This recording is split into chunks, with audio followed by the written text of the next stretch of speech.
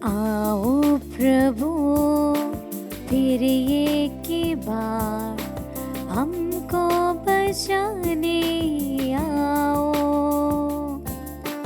आओ प्रभु फिर एक बार हमको बचाने आओ।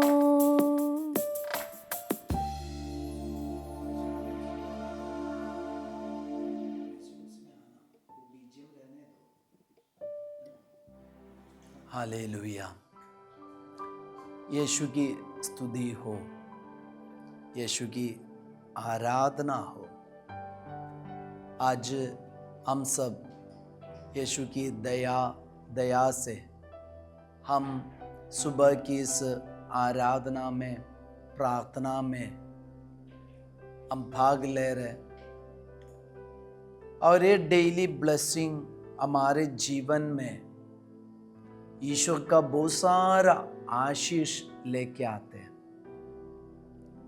हमारे जीवन में ईश्वर का वचन का प्रभाव होता है, और परम प्रसाद की उपस्थिति में हमारा जीवन भी बदल रहे। जैसे ताबोर पर्वत पर शिष्य लोग यीशु के साथ थे, जब यीशु का रूपांतरण हुआ, शिष्यों के जीवन में उसका प्रभाव पड़े, ऐसे हमारे जीवन में भी ये डेली ब्लेसिंग के द्वारा, सुनने वाला वचन से और यीशु की उपस्थिति से हमारे जीवन में भी एक रूपांतरण, हमारे जीवन में भी ये यीशु की उपस्थिति का प्रभाव पड़ते हैं। हालेलुया, यीशु की स्तुति हो।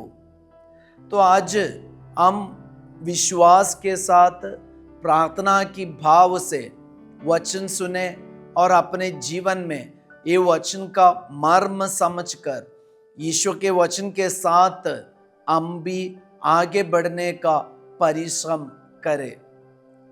उत्पत्ति ग्रंथ अध्याय 37 वचन संख्या 18, वहां हम देखते हैं हमारे पूर्व पिता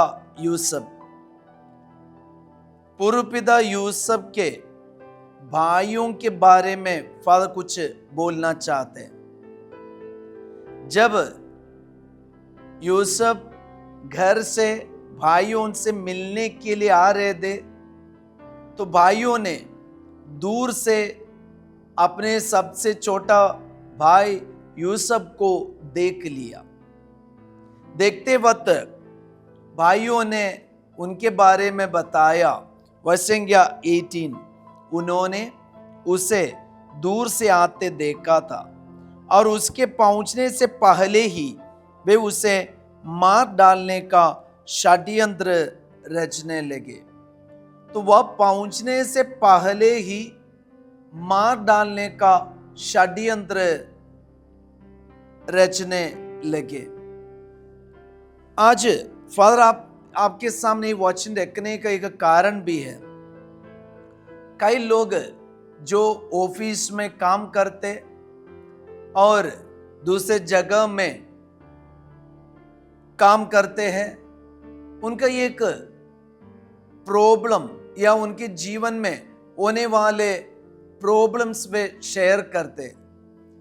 तो कई बार ऐसे सुनने को मिला है, फादर मेरा ट्रांसफ़र हो गया और ट्रांसफ़र होके इधर आने से पहले ही वहाँ का सारे लोग मेरे बारे में ऐसे षड्यंत्र रच रहे और ऐसे वे बातें फैला के रखा है, और आज सब लोग वही आंख से मुझे देख रहे।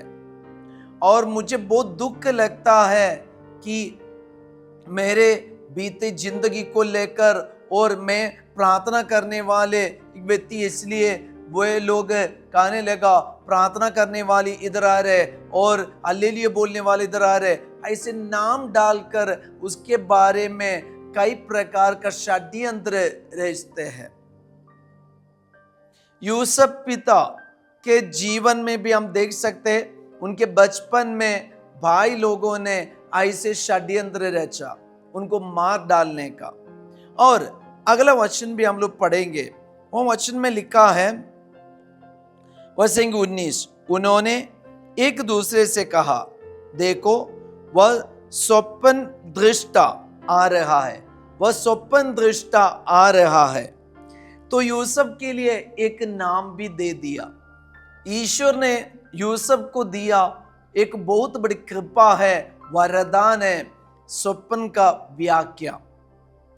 जो सपना हम देख रहे उसका इंटरप्रिटेशन और उसका व्याख्या और उसका एक्सप्लेनेशन करने की एक वरदान ये यूसुफ को मिला है। लेकिन भाई लोग ये समझ नहीं पाते। अभी जब हम उत्पत्ति ग्रंथ अध्याय 41 में आते हैं तो वहां फिरौन राजा का सपना कोई व्याख्या नहीं कर पा रहे। अंत में यूसुफ को बुला रहे, यूसुफ उधर आ रहे, व्याख्या कर रहे। वहां फिरौन राजा के सामने यूसुफ बड़ा आदमी बन जाते। तो ये ईश्वर ने दिया एक वरदान, एक कृपा है।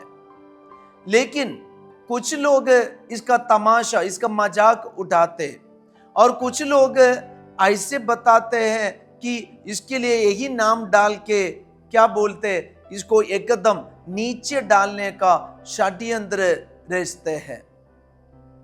और ये बात हमारे जीवन में भी हो सकता है। अभी ईश्वर हमारे लिए, हम सबके लिए अलग अलग खूबियां दिया है।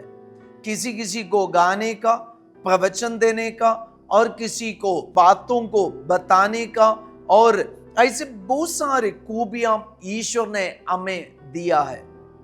लेकिन कुछ लोगों के लिए हमारी खूबी मीठा लगने के बदले उनको खट्टा लगते। अभी जब उनके जीवन में खूबी नहीं है, उनको खट्टा लगता है, तो हमेशा वो क्या सोचते हैं कि इनको किसी भी हालत में नीचे डालो, नीचे डालो, डाउन करो, और ये हमारे लिए खतरा है और ये हमारे लिए अच्छा नहीं है।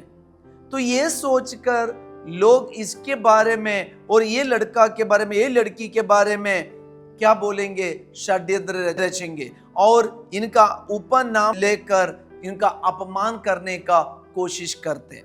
ये हमारे परिवार में भी होता है, हमारे ऑफिस में भी होता है, हमारे समाज में भी होता है। प्रिय भाई और बहन, ईश्वर ने दिए वरदान देखकर जब लोग हमारा अपमान करते, अवहेलन करते, मजाक उठाते और हमारे बारे में षड्यंत्र रचते, डाउन नहीं होना, क्योंकि ये वरदान ईश्वर का है। ईश्वर के लिए एक लक्ष्य है। ईश्वर हमें ये वरदान इसलिए दिया है कि लोगों के लिए इस्तेमाल करने के लिए, लोगों के जीवन में शांति मिलने के लिए, लोगों के जीवन में ईश्वर की उपस्थिति फैलाने के लिए। तो जब हम चुप रहेंगे, याद रखना हम ईश्वर की उपस्थिति के विरुद्ध काम कर रहे हैं। इसलिए हमारे जीवन में ईश्वर ने जो वरदान दिया है, कृपा दिया है, वो कृपा में हमें आगे बढ़ना चाहिए। उसके बदले हम उसको डाउन नहीं करना। कोई हमारे बारे में कुछ भी कमेंट मारे, कुछ भी बताए, लेकिन यूसुफ पिता को याद करना, एक दिन हमारे जीवन में भी ऐसे एक दिन आएगा, प्रभु हमारे लिए प्रबंध करेगा।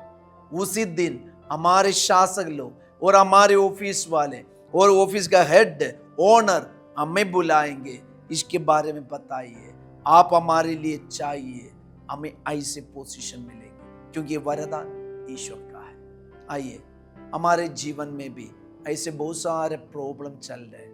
लोग हमारे बारे में षड्यंत्र रचते हैं, मजाक उठाते, अवहेलन करते, ऐसे अलग अलग बातें हो रहे। ये सारी बातों को हम प्रभु के चरणों पर रखें और प्रभु से प्रार्थना करें, प्रभु आशीष दीजिए। यूसुफ पिता के समान सब कुछ का सहन करके आगे बढ़ पाए। हम हाथों को जोड़कर परम प्रसाद का आशीर्वाद ग्रहण करें। आराधना करे